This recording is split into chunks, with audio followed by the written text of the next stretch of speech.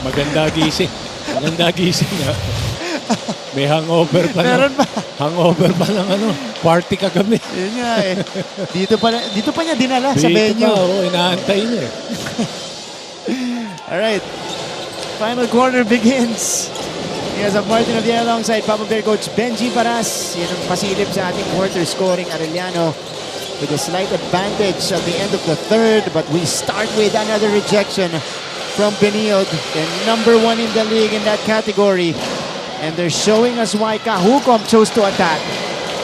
Not that time around. Arellano, again, they were able to gain some momentum towards the end of that fourth quarter, Papa Bear.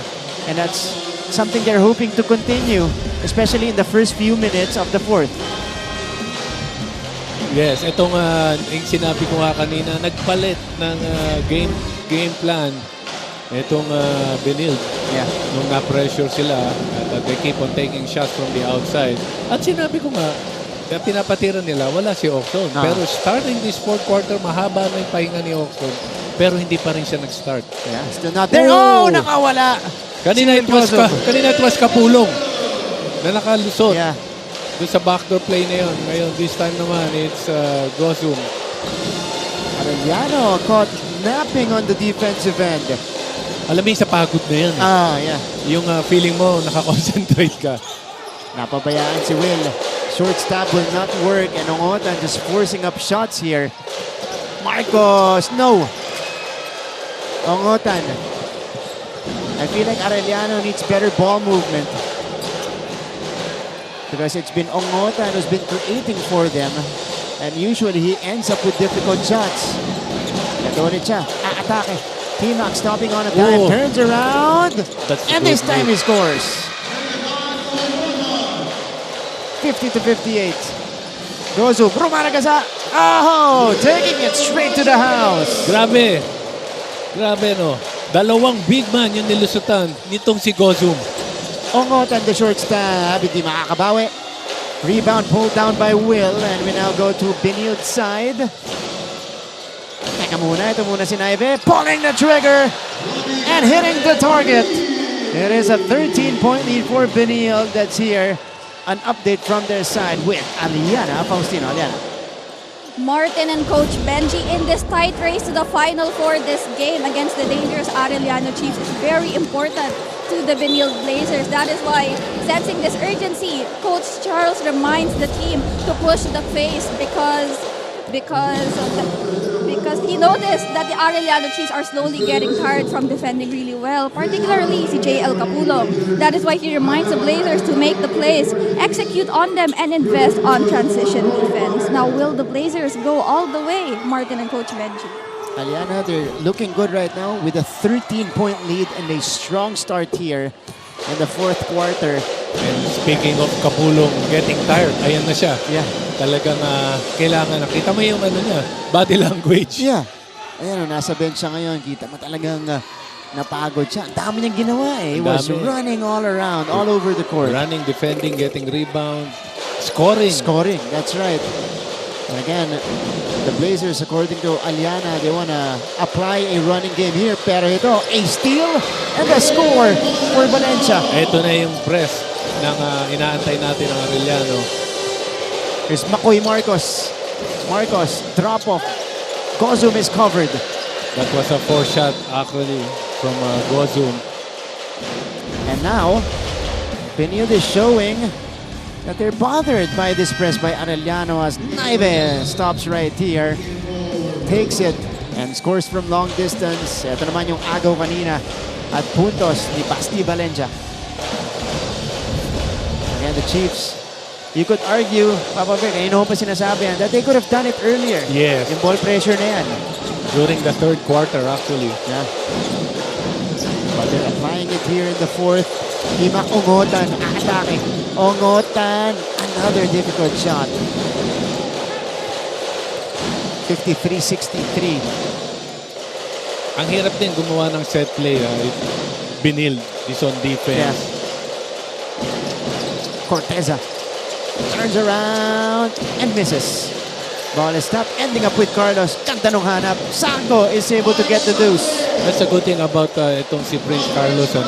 Andun din siya trying to get rebound. Yeah.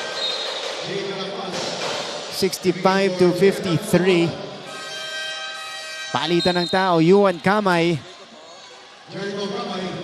Checking back in, replacing Felix Villarente. Palabas din si Tima Comotan. Okay, let's go to Arellano's side. Let's hear it from Stephanie Benito. Stephanie.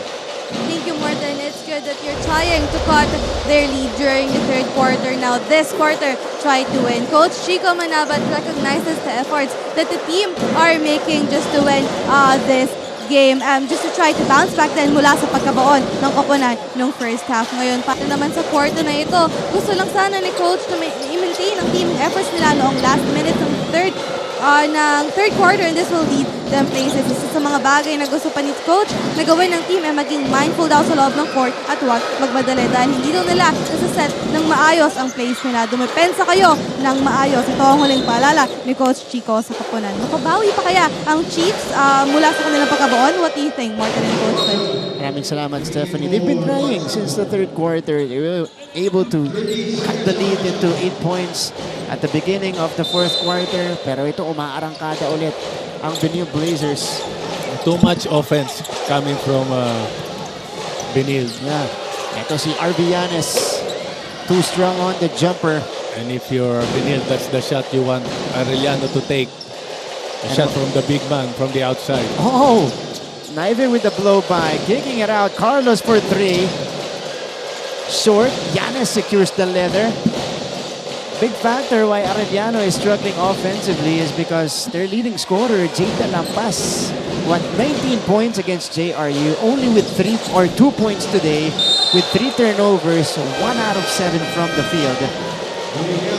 And that's due to the great defense by Benilde. He is well scouted, so every time he touches the basketball, didikitan siya ng defender.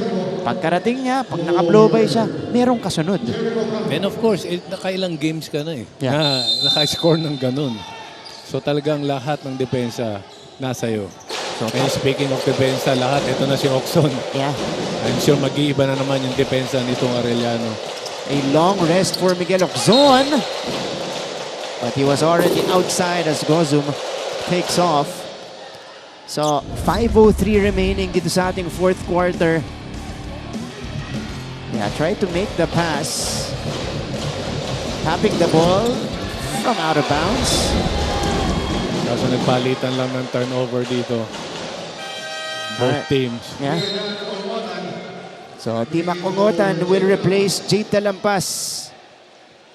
So at this time, hindi ka pwedeng Arellano, hindi ka pwede sumabay palitan ng score with Benilde dahil meron silang 12-point lead. Yeah. 5 minuto na lang nalalabi sa ating laban. They go to Will Gozum who has the mismatch. Carlos, difficult floater, is too strong. Oh, he snatches the offensive rebound. Ball is batted away. Oxon. 5 to shoot. Miguel drives. Miguel floats it up. Off to the left. Corteza. O naagawan ni Jeronimo. It's Basti Valencia. He does not have the numbers. But he stops, he takes, and doesn't score. It's Corteza back the other way. Miguel with a spin. Miguel with a finish. And Benilde has now opened up their biggest lead of the game. Miggy Corteza providing the goods in transition. The pirouette and the shot by Miggy Corteza. This gives them the 14-point advantage here in the fourth.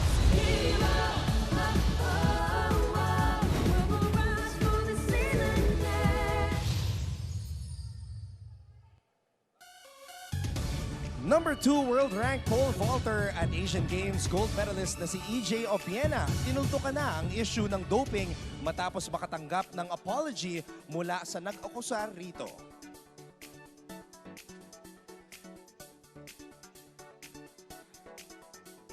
Resulta ng NCAA Season 99 Badminton Tournament ihahatid.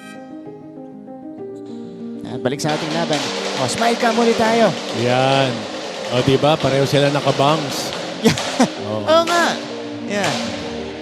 Yes. Ito kanina ba to? Yes. Naspatan ni Derek. Ayan. Kasi palangiti. Oo. Si Derek pa, magaling mag-spot ng palangiti yan. And this time from the side of Arellano University. And for our audience inside the Philoil Eco-Oil Center. Back to the action we go, Arellano. And a deep hole right now. Trying to climb this mountain. That is a 14-point lead in the form of a 14-point lead for the Blazers.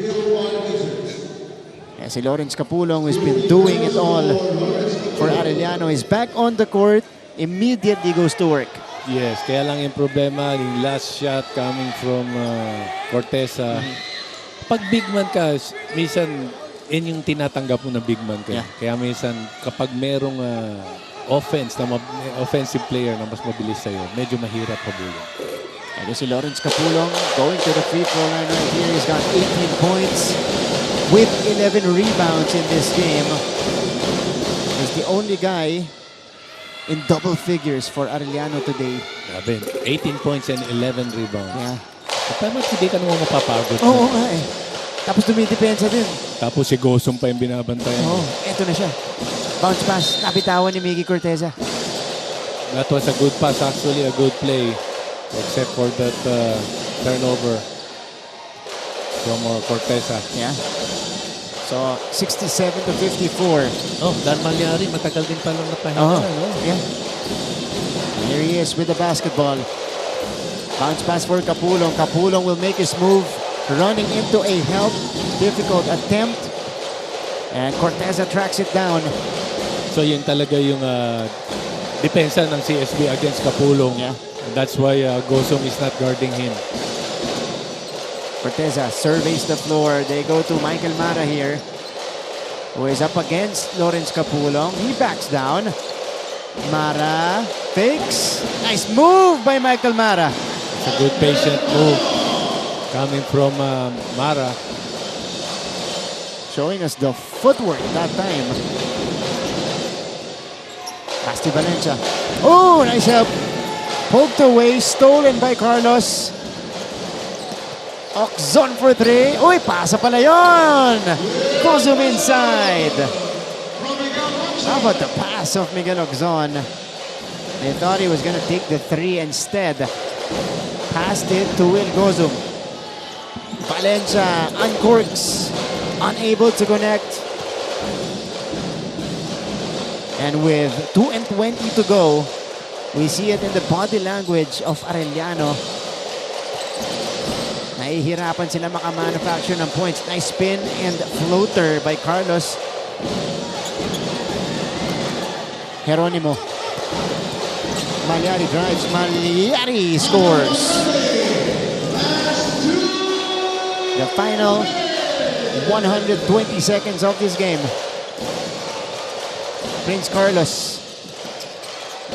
Benilde looking good. They will try to establish the longest active winning streak so far in the league at 4 games. And Oxon able to telegraph it. Corteza for three. Off to the left.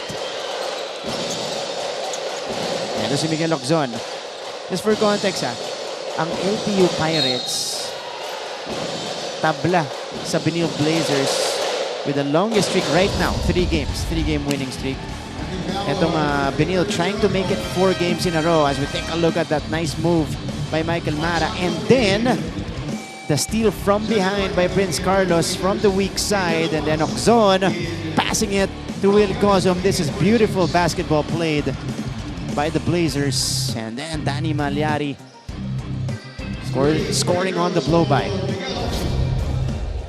Oxon stepping into the free throw line. He's got 8 points, 8 rebounds, 2 assists, a long rest. And the tail end of the third quarter going into the fourth. Ito na, 1 minute and 23 seconds which in favor of CSB. Yeah. So this will be 4 in a row for the Benilde Blazers. And then this will put them in the number 4 position. Number 4. Baba ang San Beda sa number 5. Pero ang game naman mamaya is JRU against Perpetual. Yeah. Pag nanalo naman ng JRU, tied sila ng LPU. I mean, actually, nasa 3-way tied na sila halos. That's right. Mapua, LPU. Yeah. Etong San Beda may laban bukas. Big game against EAC. Later on, JRU will be in action against Perpetual. Oof. Backward violation. So 1 minute and 4 seconds remaining. And again, the Blazers surging at the right time. Okay lang, they can afford. They can afford that. They can afford that. This is finding their peak form, no, Papa Bear, at the right time in the season. Midway through the second round. Yun yung maganda. Yun. Hindi maaga, hindi late. Eksakto yung peak ng team. Exacto. Because if we remember, they actually started slow in season 99. They were 1-3 at one point. And ever since then, they found their winning ways. 74-56. So it was a much closer game dun sa first 3 quarters natin, with Arellano able to stay within striking distance. Pumalagwa lang yung Benilde bago tayo nag-end ng second quarter. Kalampas was been a non-factor for Arellano. Misfires again, 1 out of 8 now from the field. And the Chiefs will fall to 2-10. And that will make them, that will make their losing skid 2 straight. Here we go. Final few seconds of this one. And the Blazers have now won 4 in a row in season 99. The Blazers continue their surge and dominate the Chiefs in this one. 74-56 is the final score. The Blazers move up to 8-4 in our team standings, and this secures them, at least in the meantime, the number 4 spot. Diyan po sa ating Final Four race. What a win here for the Benilde Blazers, securing this W. They're led by Will Gozum with 17 points. 3 players in double figures for them, Okzon and Corteza with 11 apiece.